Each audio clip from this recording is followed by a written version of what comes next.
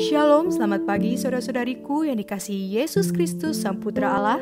Kita bertemu lagi dalam Renungan Pagi yang dibawakan oleh Pendeta Trison Ginting dengan tema khas Bersama Allah di Waktu Fajar.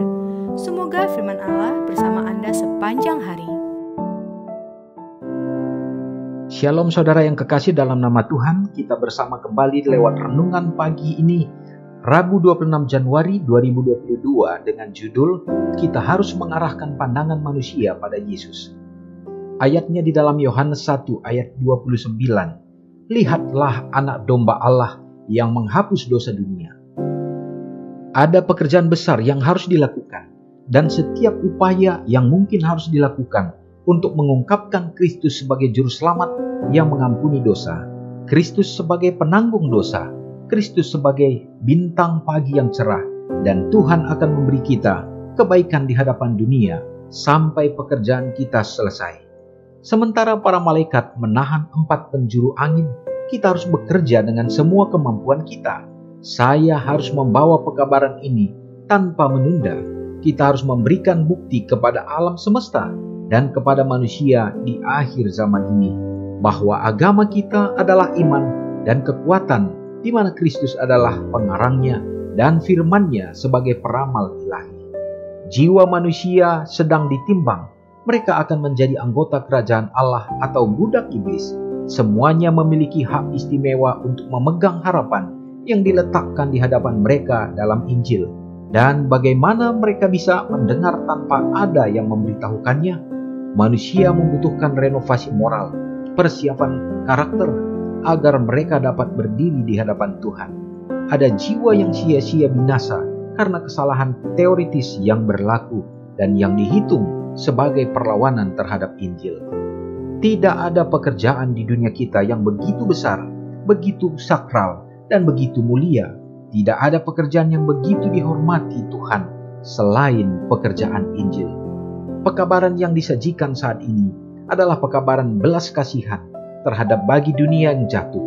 Mereka yang memiliki hak istimewa untuk mendengar Injil ini dan yang bersikeras menolak untuk mengindahkan peringatan tersebut, membuang harapan terakhir mereka untuk keselamatan. Tidak akan ada masa percobaan kedua. Firman kebenaran ada tertulis, adalah Injil yang harus kita beritakan. Tidak ada pedang api yang ditempatkan di depan pohon kehidupan ini. Semua yang mau mengambil bagian darinya. Saudaraku, firman Tuhan berlanjut bagi kita pada saat ini. Bukan hanya untuk keselamatan kita sendiri, tetapi Allah mempergunakan kita, yaitu dengan cara pekerjaan keselamatan kita, dengan menyatakan kabar Injil ini kepada orang lain.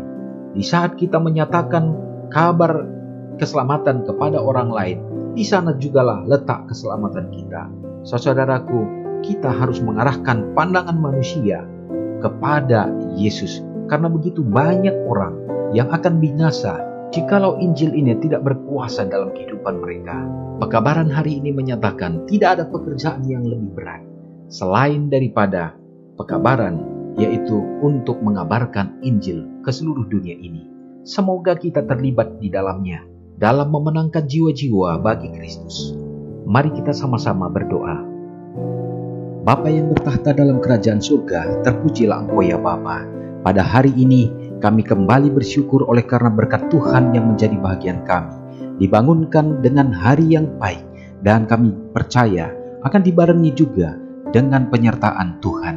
Ya Bapa, biarlah kiranya perenungan yang menjadi bagian kami saat ini menjadi kekuatan ya Bapa.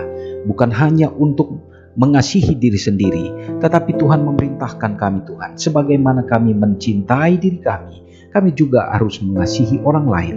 Biarlah itu akan terpapar dalam sikap dan tingkah laku kami, sehingga terang Kristus nyata bagi orang lain.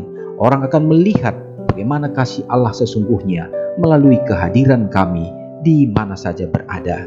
Berkatilah kami sepanjang hari ini ya Tuhan, menjadi alat-alat bagi Tuhan dalam menyatakan kebenaran-Mu. Ya Bapa, tuntunlah kami dalam kasih-Mu dengan penuh kepercayaan, dalam mengharapkan belas kasih dan kebijaksanaan dari-Mu. Kami percaya ya Tuhan, Engkau akan memenuhi segenap kebutuhan kami, supaya kami dapat merasakan sukacita dalam hidup bersama dengan keluarga. Berkati anak-anak dan orang-orang muda yang Engkau karuniakan dalam pertumbuhan, dalam pendidikan, dalam perkuliahan. Berikanlah kiranya yang terbaik. Yang membutuhkan pekerjaan ya Bapa, Tuhan akan tunjukkan yang terbaik bagi mereka juga, membuat mereka selalu ada dalam Tuhan.